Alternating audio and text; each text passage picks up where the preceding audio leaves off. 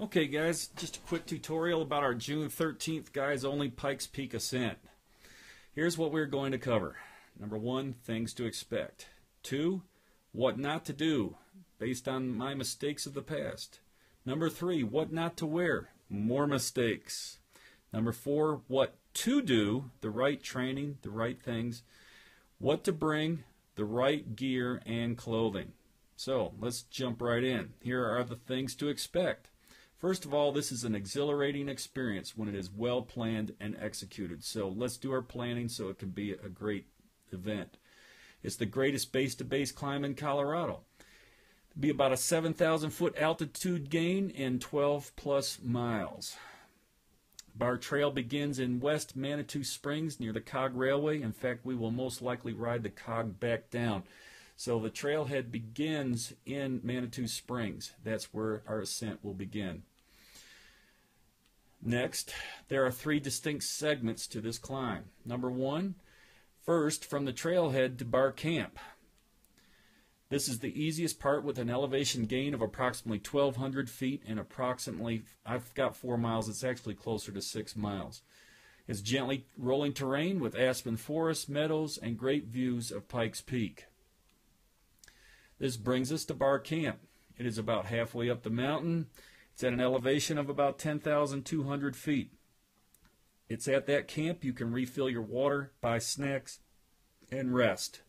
Overnight accommodations are available, but we are not overnighting there. Here's a picture of me and this guy that toured the trail with me last year. We're at bar camp, sitting in front of the little cabin there. It's at 10,200 feet, as I mentioned. Secondly, after leaving bar camp, characteristics of the next 3 miles. First of all, it is much steeper. Then you pass through forests of spruce and fir.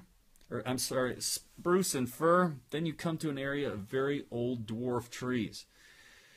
At this point, you're about 3,000 feet below the summit, and this is where the trees begin to disappear. This is me standing in the A-frame. This is commonly known as the A-frame. You might have heard other people mention it. The A-frame is about 9 miles up the mountain. After you leave this point, at this point you've got quite a few tundra meadows, and the trees begin to disappear almost immediately. From this point on, it's about 3 miles, 3.5 miles to the very top. Now, the third segment of this ascent is awe-inspiring. It is beautiful, it is great, but it is also the most difficult part of the ascent because it gets steeper and the air gets thinner. And also because you've already used up a lot of your energy getting to that point. Well, here, just take a look at a quick awe-inspiring video. This is a glacier that's been carved out, a pit that's been carved out by a glacier. Just take a quick look. Okay, you want to drop 1,500 feet real quick?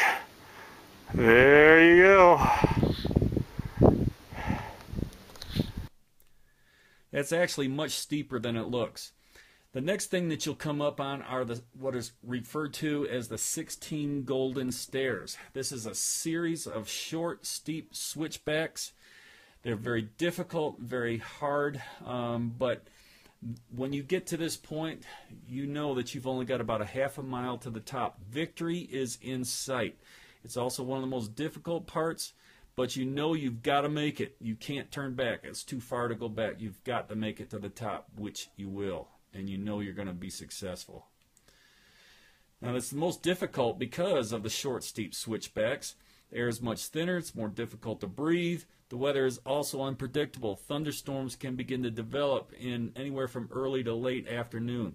So it's important we leave early in the morning and get up there as quickly as possible. You may be wondering, how long will it take to get at the top? Well, last year it took Robbie and I 3 hours and 20 minutes just to get to bar camp at the halfway point. From there to the very top, or from the very bottom all the way to the very top, it took a total of 11 hours and 40 minutes. So it took us 8 hours and 20 minutes to get from bar camp just to the top. I do not anticipate it taking that long again this year. This year I anticipate 7 to 10 hours from the very bottom to the very top. We have to train, we have to push hard. Here's what not to do based on my experience. You know, mistakes you can really learn a lot from your mistakes, and I learned a ton. So, do not fail to get in shape first. If you attempt this ascent without some prior training, like I did last year, like Robbie did last year, well, you can read. Secondly, do not expect this to be easy. It's not. Do not forget to plan in detail. It's important to think this thing through. It is a 13-mile journey, and it's very difficult.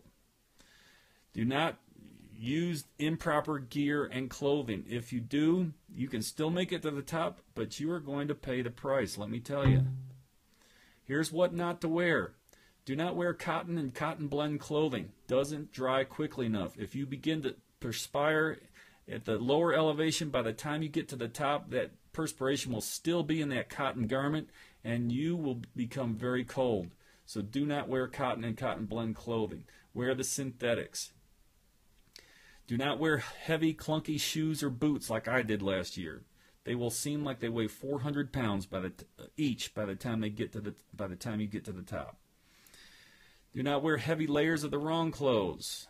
Do not wear loose-fitting underwear. Okay, you can chuckle for a moment, but you just think about that one, all right? I don't need to explain it. Do not look at the next slide. I did everything wrong. You'll notice in the picture, big, heavy, steel-toed shoes. I wore a cotton sweatshirt. Also had a cotton T-shirt underneath it. You'll see the strap around my shoulder there, which was a canteen, which leaked all over my back. It was a heavy 1-gallon container of water, and it seemed like a noose around my neck. Terrible. Robbie didn't do much better. He had on big old, his feet were swimming in those boots. He had a cotton T-shirt, no jacket. He got very cold near the top. Bad idea. Here's what to do. Study the Rocky Mountain Challenge material sent to you in 3 messages on Facebook. A lot of you, I sent it as a PDF to your private email address. Here's another thing to do. Develop your own training routine prior to June 13th. Work on aerobic exercises and things to strengthen your legs. Your lungs and your legs are vitally important for this ascent. You've got to condition them ahead of time. So make sure you do the exercises that will help build and strengthen those areas of your body. Next, put together as many items as possible found in the Rocky Mountain Challenge material. Improvise if necessary. Okay, so I think you know all the things that you need to do here. Let's move on to the next slide. Here's what to bring. As many of the items mentioned in the Rocky Mountain Challenge document. Bring a backpack. If you don't have one, borrow one. Proper clothing and footwear. We'll discuss these items in a later tutorial that'll come to you in a couple of days. You need food and you need water. Do not come without food or water. Do not come with a big heavy lunch. You need something like power bars and water. The best thing to do is have a backpack that has a bladder that's built in so you can carry the water in the bladder. That is the best thing to use when ascending a mountain. And then you need money to ride the cog rail back down. I'll have to check into their pricing for this year. As I recall, I think it's somewhere around $18 or something like that to ride it back down. So those are the things you need to bring. Here's me last year at the top eating a donut in a victory celebration. Felt great to be at the top. Felt victorious. Felt like I'd really accomplished something. You can also tell by the picture I was wore slap out. Here's me riding the cog back down. I was exhausted. So glad to get back down. It took me a week to recover after this thing. So in the next few days, I'll produce some video tutorials for you on various subjects that are pertinent. I'll talk about the good backpack to consider, proper footwear, items to pack for the ascent. But for now, you got it. Exercise your butt off. We'll talk soon, okay? Bye.